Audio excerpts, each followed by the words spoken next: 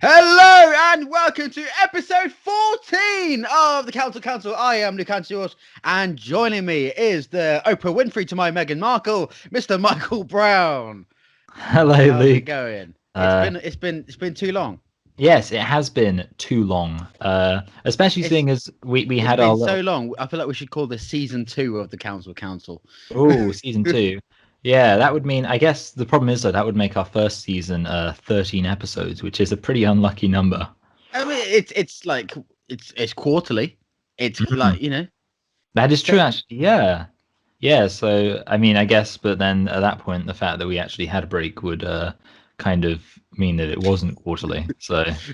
But yeah, I mean that's it. We could just 13 episodes per season and 4 seasons a year. there Love you it. go. It's Hopefully. it's it's all there. As always, we'll be cancelling issues and going through this week's headlines and going through your comments as well. So without further ado, Michael, take it away. Well, this week I'm going to be cancelling. I figured I should probably cancel health anxiety because Mm. I don't know if you know, but with the initial reason that kind of or the initial thing that started off this hiatus was that I got worried about a very stupid thing, and I guess it used to be called hypochondria, but like Mm. hypochondria, it's a very judgmental term now if you say someone's a hypochondriac, whereas so that's why the official term for it now is health anxiety.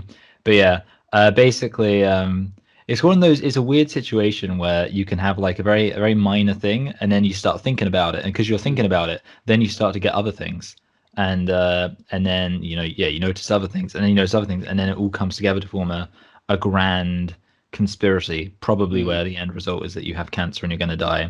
And then guess what? Turns out it wasn't the case. But yeah, it's annoying. So I don't know if you've had any kind of experience with like being really worried about like having a health scare or anything, but I'm sure you can imagine that if you had, it would be pretty crap. I know, right?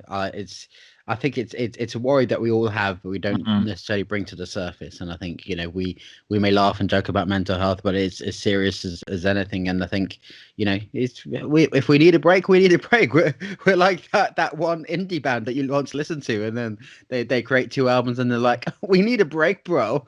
Yeah. So yeah, I mean it's Yeah. cancelled without question. Good. Yeah, I mean, I'm not surprised, honestly, that indie bands like, because I feel like a lot of the time it's possible for a band that isn't actually that good to just come up with one good song idea, and there's got to be that moment where you like realize like, okay, we had one good song idea, but I don't think lightning's going to strike twice here. Let's just Mm. crap out the rest of the album. We're just going to be like Metro Station. Do you remember Yeah. Metro Station that did Shake It? Okay. Like that's it. They don't even have like any kind of like peripheral songs that like people kind of know about. It's just like Shake It and that's it. Mm. No one else. There's no other Metro Station songs. That would be a good round on Pointless. Pointless. Yeah, we asked people to name as many Metro Station songs as they could. Every answer other than Shake It would be pointless. Yeah, Oh dear. it's like it's like, do you remember Psy, or like just any one Oh hit wonder yeah. you can think of? Any other song on their album, no one's gonna have a Yeah. fucking Gangnam. clue. Yeah, I feel like he did have a song that kind of like came out like it was like his second big release, and it was kind of like Gentleman. that was it, yeah, Gentleman, yeah.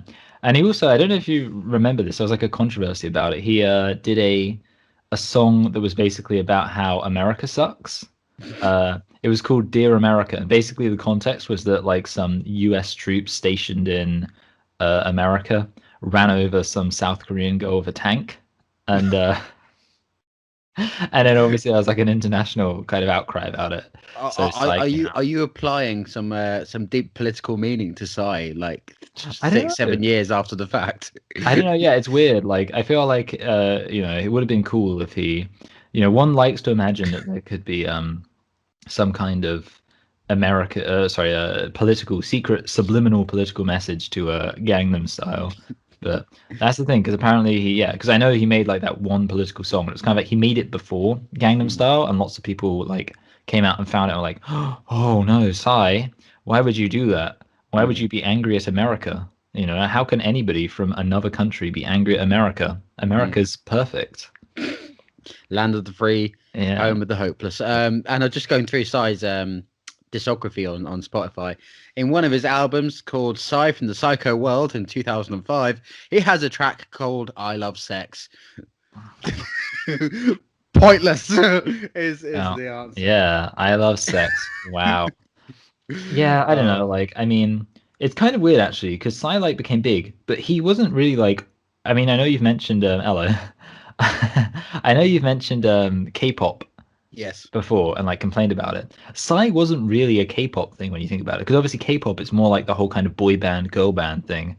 Mm, Uh, like Psy was just yeah, complete. I guess he was kind of like the original South Korean to make it big mm, in the West, but he also was nothing like any of the other kind of South Korean people who have now made it big. Like mm. Psy would not fit in with BTS or anything like that. So yeah, I guess it just shows that in order for a country to make it big, they've got to have one random guy just do a song that goes viral, and then suddenly, like a few years later, everyone will be like, "Oh, now let's listen to their generic pop music." Anyway, we got any comments? Well, one other thing I will say about K-pop, and we've sort of spoken about it Okay, yeah. before, is that imagine being any other artist in the K-pop genre and just looking at BTS and Psy and thinking, for fuck's sake, Yeah, like that'd be annoying. you can be big in a country which has, and I'm stalling for time I think here. it's 5 million. No, it's 40 million. I think it's 40 million because North Korea is 25 million, which is weird because they don't even have food there. 51 million. Oh, really? Wow. It gone up. Yeah, 51 million. That's it's like kind of crazy because South Korea, like compared to the countries it's surrounded by, like compared to being surrounded by China and Mm. Japan, it looks quite small. And you think like it's only half of Korea. That means, oh, you know what? If Korea ever united, they would be beating us because they'd have 75 million then. Yeah, it's weird to think that a country so geographically dense as South Korea, Mm. it has less of a population than the UK does. That's Yeah.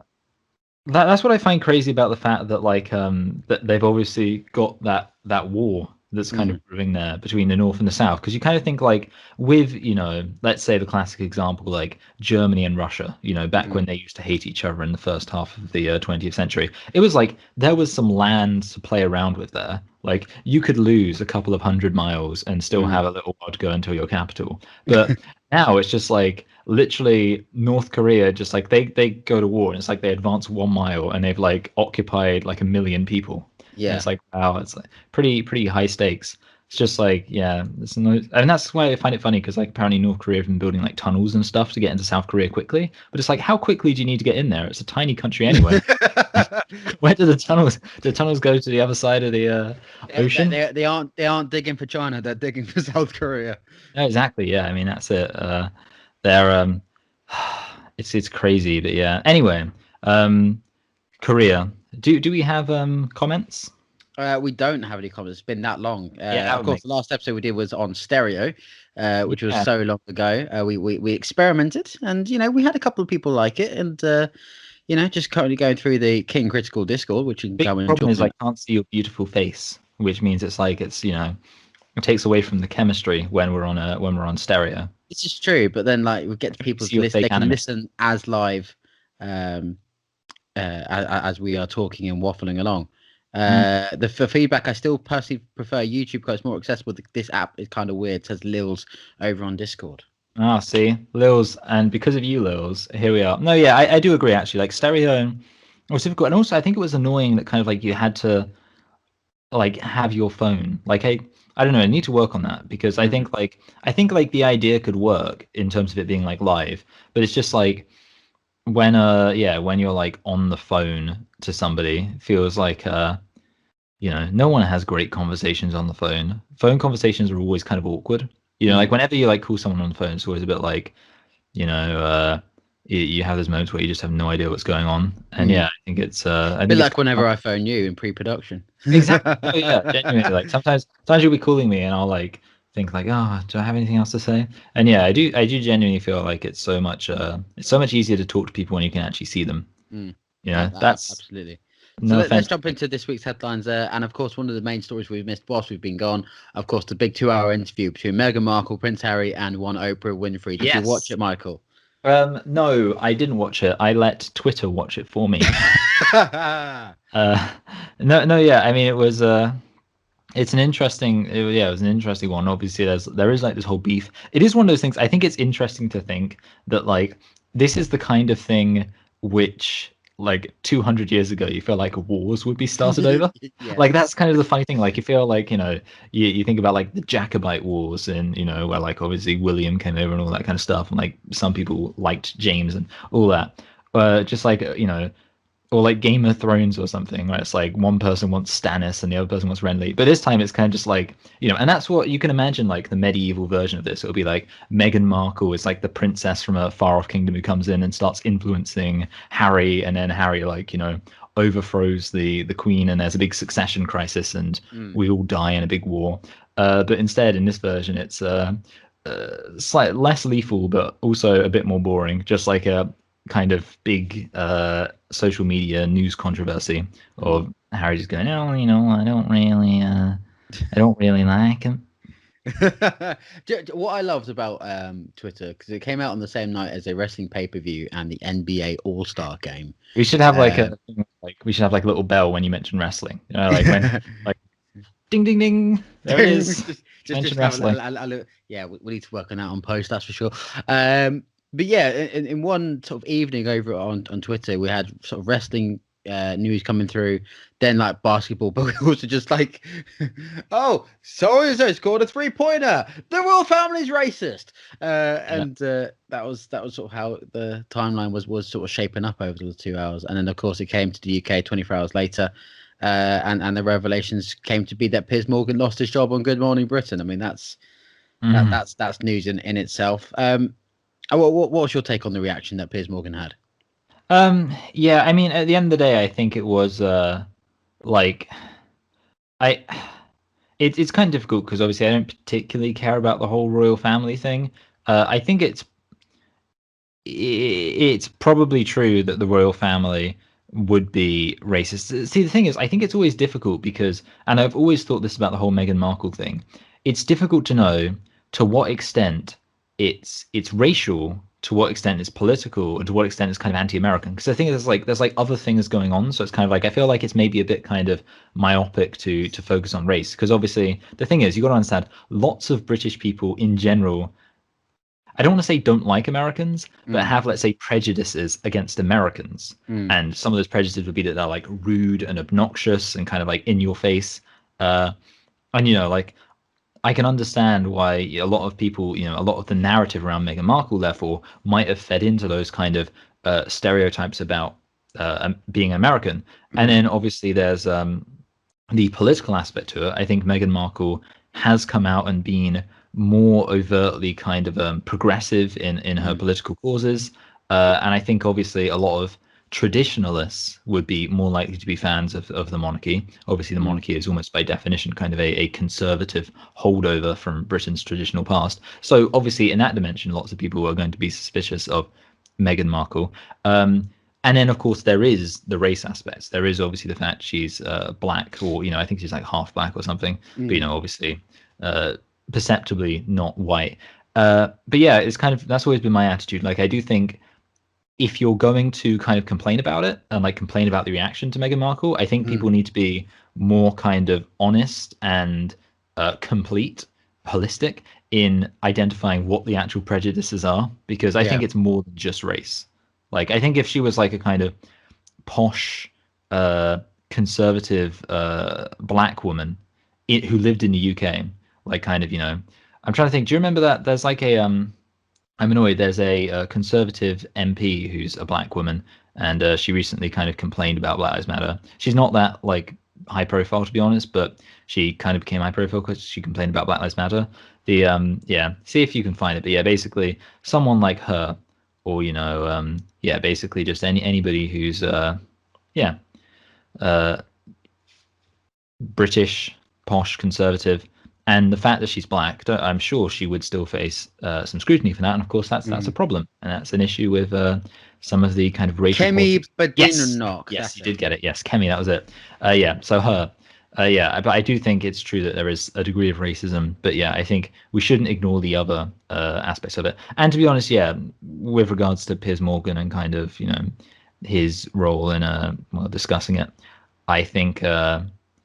it's kind of a case of you need to be very careful with shutting people down for discussions, especially discussions which are, as I kind of just elucidated then, quite complicated. What do you think? Do you think Piers Well, Morgan should be cancelled?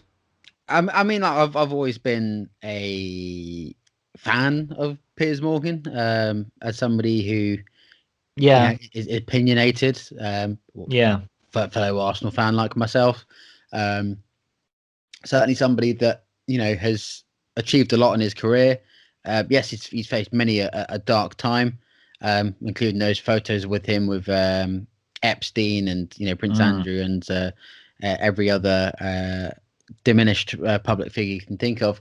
But ultimately, he's a decent guy. I mean, even in the last 6 months, he was speaking up against the government and was holding them to account during the pandemic. So I think that there is a good side to him, and I do like him, but that's only my opinion. And his life stories programs are also very good as well and very in depth, which I tend to find. Well, one other point I wanted to touch upon, of course, Oprah Winfrey doing the interview. mm, Whenever Oprah is shown in the UK, it's must-watch TV. It's event television. Of course, the last one mm. I can remember was Lance Armstrong back in Yeah. 2013 when it revealed all along that he was cheating to his 7 Tour de France titles.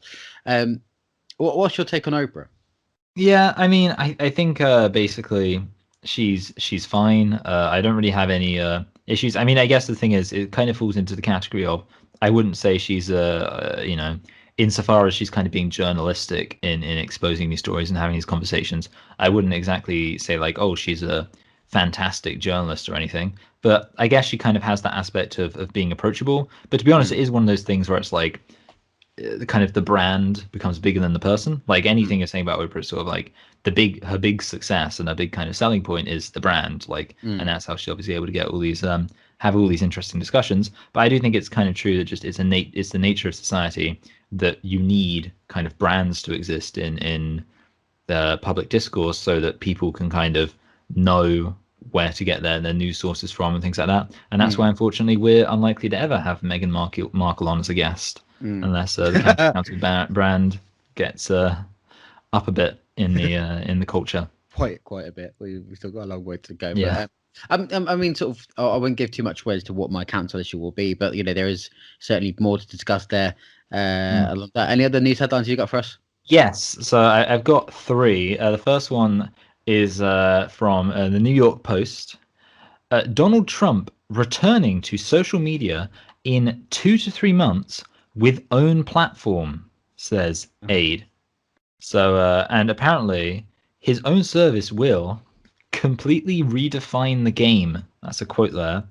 Uh, and yeah, basically, what do you think? Do you like this idea? So presumably, I mean, the thing is, we've spoken about this kind of before. I think with I don't know if it was Parler or something, but this idea of these platforms that often stylize themselves as like free speech platforms.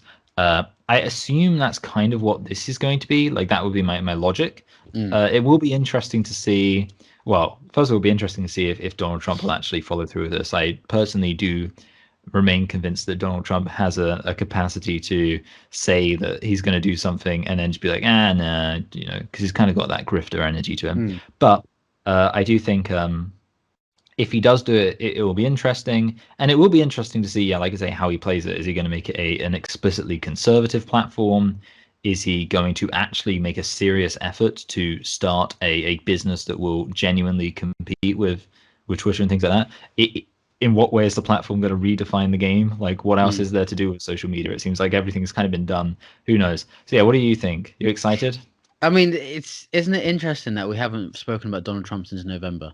I know, Like yeah, it's it's so been it's been a different world that we've been living in, um, and seeing him come back to the fold is an interesting one. And I think it remains to be seen what he does next. I mean, of course, I think he's still yet to face trial for his impeachment, yeah. I believe. So it's interesting, and he I think I've said on the podcast before, he's got the Floyd Mayweather effect. Is that no matter what you think of him, no matter how much you like him or not, you're still going to be drawn to news about Donald Trump. That is who Mm. he is. Absolutely, yeah. And I've also got so this is some news actually on the subject of, I guess, social media platforms censoring things.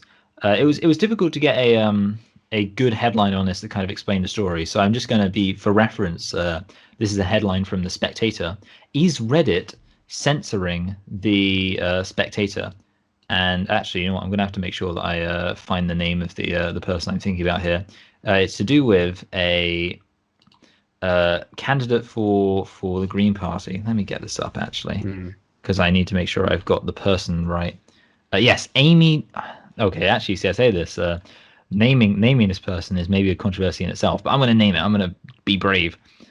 Amy Challoner, who was a I don't know what her official title was, but she was working within the Labour Party until some kind of controversy came out around, let's say, the pedophile stuff, that kind of thing.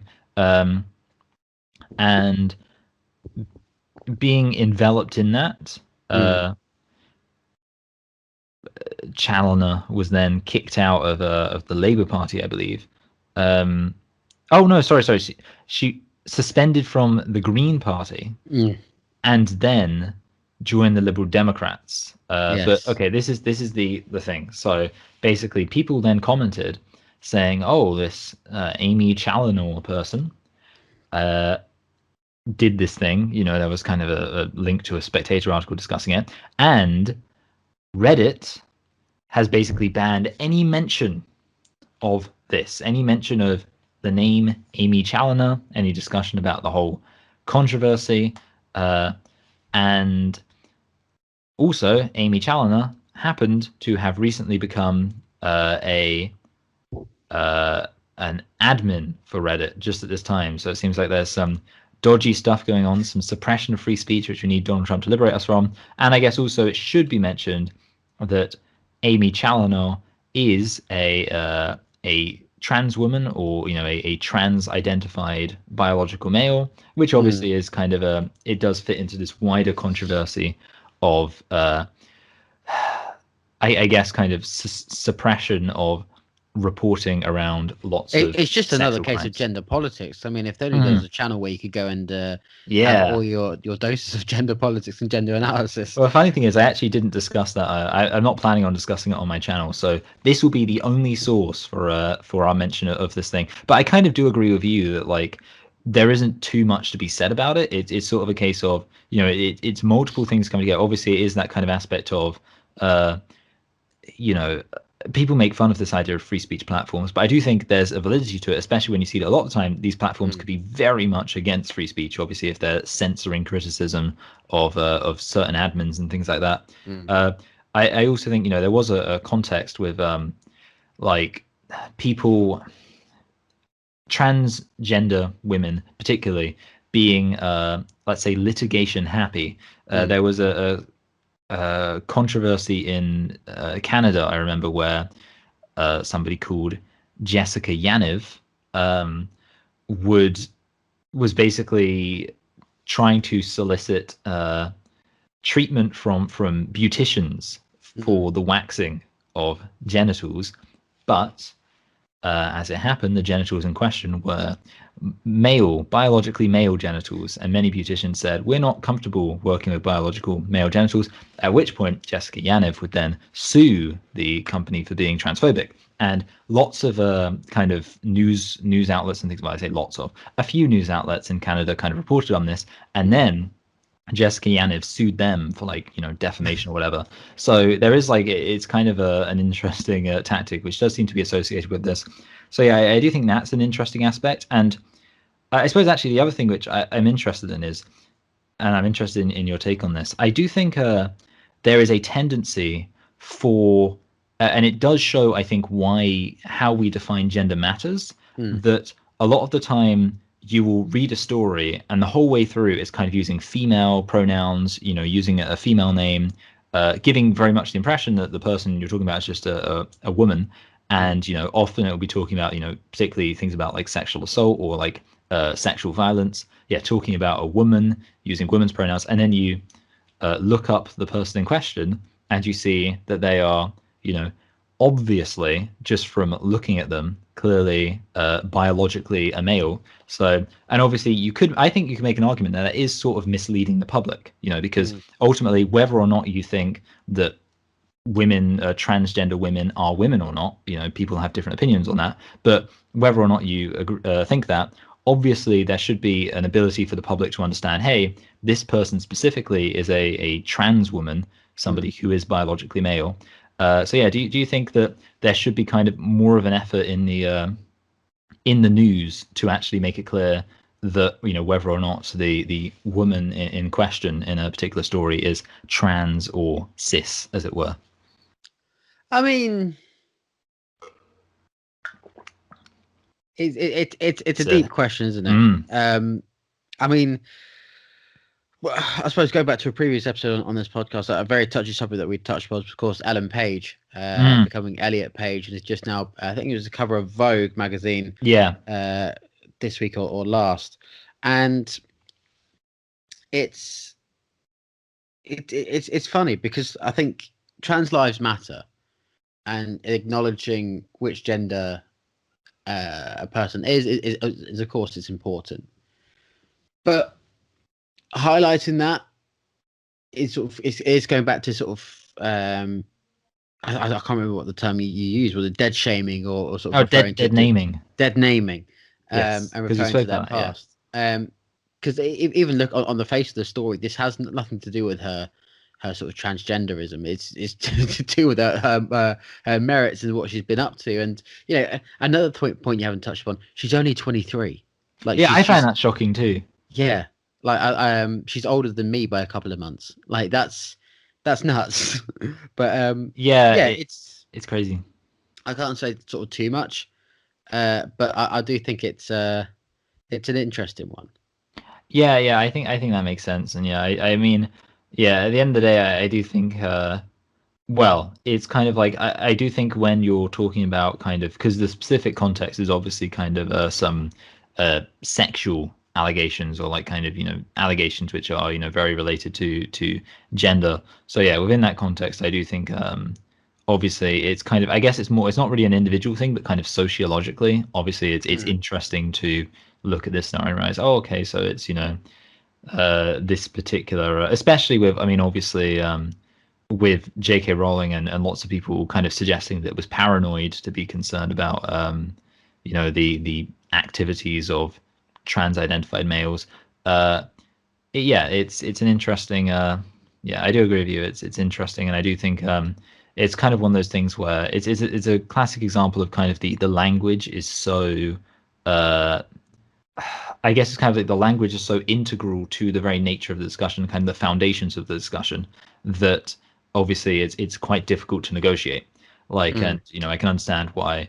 Kind of like a lot of the time I do feel like you kind of expect like at some point it's just say, Amy Challoner, who is, just for the record, a trans woman, and you'd be like, okay, that's useful information. But yeah, it's because I mean, with the dead naming thing specifically, one of the things we were talking about is how like a lot of the time the information that might actually be interesting and relevant is kind of ignored, because lots of people are saying like, oh, you can't even ever refer to Elliot Page by the name Ellen, like ever, even for context. And it's like, okay, so in that point we can't. So it's kind of like, I think that's kind of my attitude towards it. Like, it should kind of be accepted that dead naming and misgendering should be acceptable within the context of providing context. But speaking of actually, let's say providing context, I've got another story. It's related to the Boulder mass shooting. I guess you heard about this. Yes. I must admit, I find it shocking how at this point a lot of mass shootings are barely even on my radar. Yeah. Like I only found out about the Atlanta shooting this Saturday just gone, which was like 5 days after it happened. It didn't even register with me. But yeah, of course now there's even another mass shooting, and I did want to I wanted to get this tweet from Representative Ilhan Omar, who obviously is quite famous. I believe she's a member of the Squad. But so rather than a boring old news article, I thought this would be a good tweet. She said, the shooter's race or ethnicity seems front and center when they aren't white, Otherwise, it's just a mentally ill young man having a bad day. Narratives drive our responses to awful crimes committed against innocent people. Pay attention to these responses and who is targeted. Now, okay, here's the key thing, and there are many, this goes to a general theme, which is after this shooting came out, lots of people were assuming that the shooter was going to be a white man, and they were saying, they haven't mentioned this person's ethnicity, therefore they're probably white.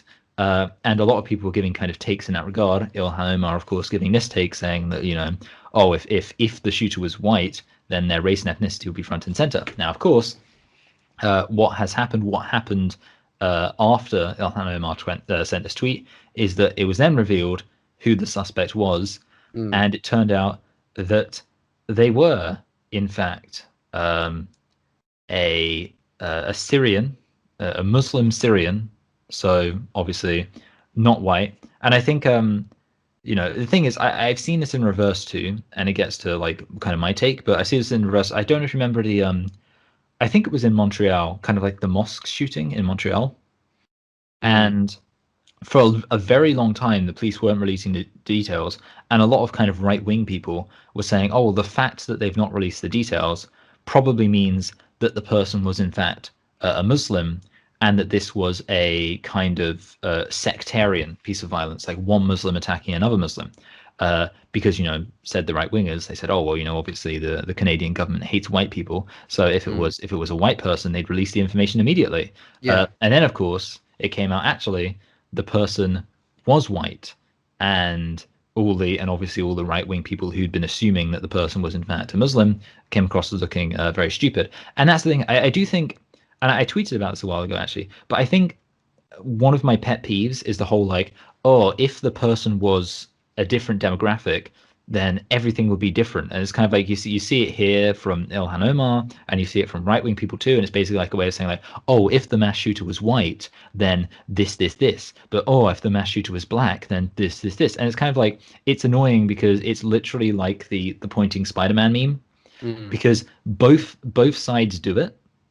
And obviously I'm not one of those people who believes both sides are equal. I think there's reasons why particularly in my opinion the left is better than the right on most issues, but I think both sides are very guilty of trying to, and you've mentioned before like identity politics and how that's relevant to it. Both sides are guilty of trying to use the demographics of the perpetrator or victim of a given crime to advance their own narrative. And then both sides will also at the same time angrily and indignantly accuse the other side of doing that thing. Like, oh, if the shooter was white, you'd be, and that's kind of my take. I just think it's like, I'm not going to sit there and go, oh, Ilhan Omar's representative of how progressives are, stupid and always just assume things, because I think the right wing does that too. But my attitude is that, yeah, nobody should do it, because it always just ends up in people kind of ending up looking embarrassed when they've written a tweet like, oh, the shooter's probably white and that's why they haven't told us their race.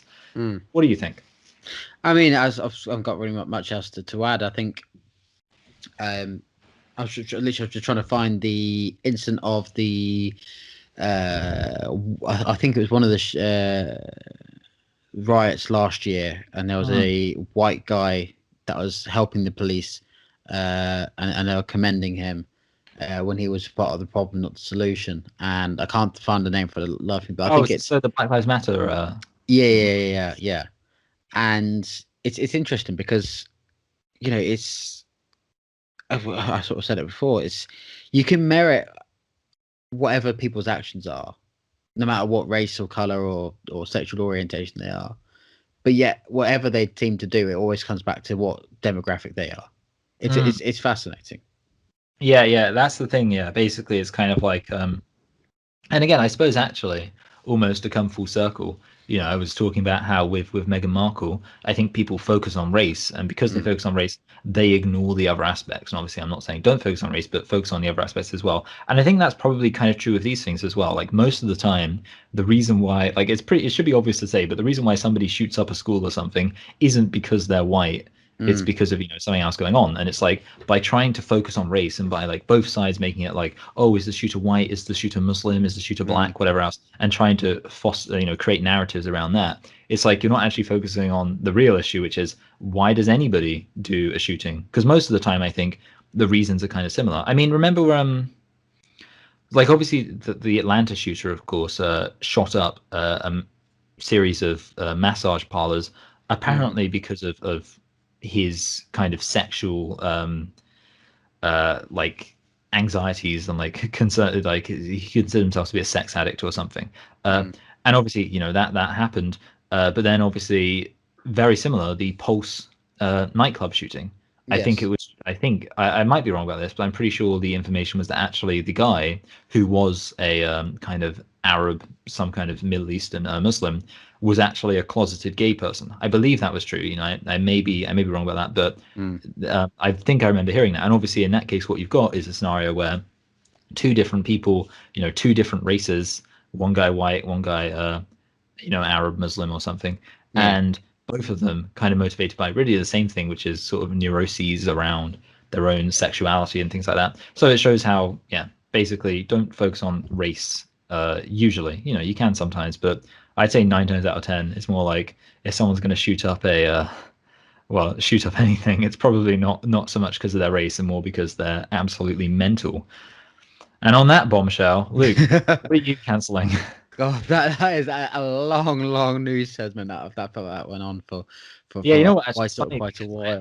I think it's because we actually had fewer stories than usual. A lot of the time we have like kind of 5 or something like that, so we kind of go through them faster. But this time it was like, yes, of course. But Michael, if they want to get in touch and provide us with their comments or any issues, where can they get in touch with us? Well, Luke, they can get in touch with us at a little email address known as cancelcouncil@gmail.com, and that is cancelcouncilYT@gmail.com.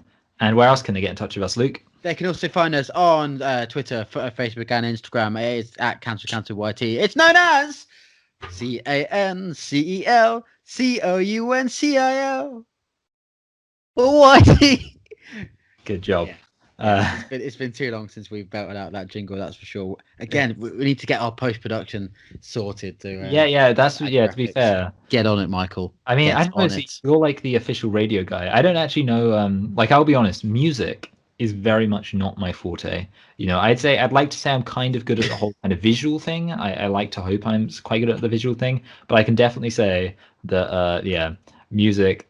I mean, it's kind of like a weird thing because it's an easy enough song to sing, but I can't I actually kind of have the little xylophone thing, like ding ding doo doo doo. Yeah, need anybody who has a xylophone, whoever that is. So my council issue for this week. Now I was going to go with daylight savings time. Of course, this week we go into British summertime. Well, I think we'll leave that for next week. To delve in a bit further. But my council issue for this week, following on from the news headlines this week, we've got to talk about Meghan Markle. Meghan Markle. You're cancelling Meghan Markle.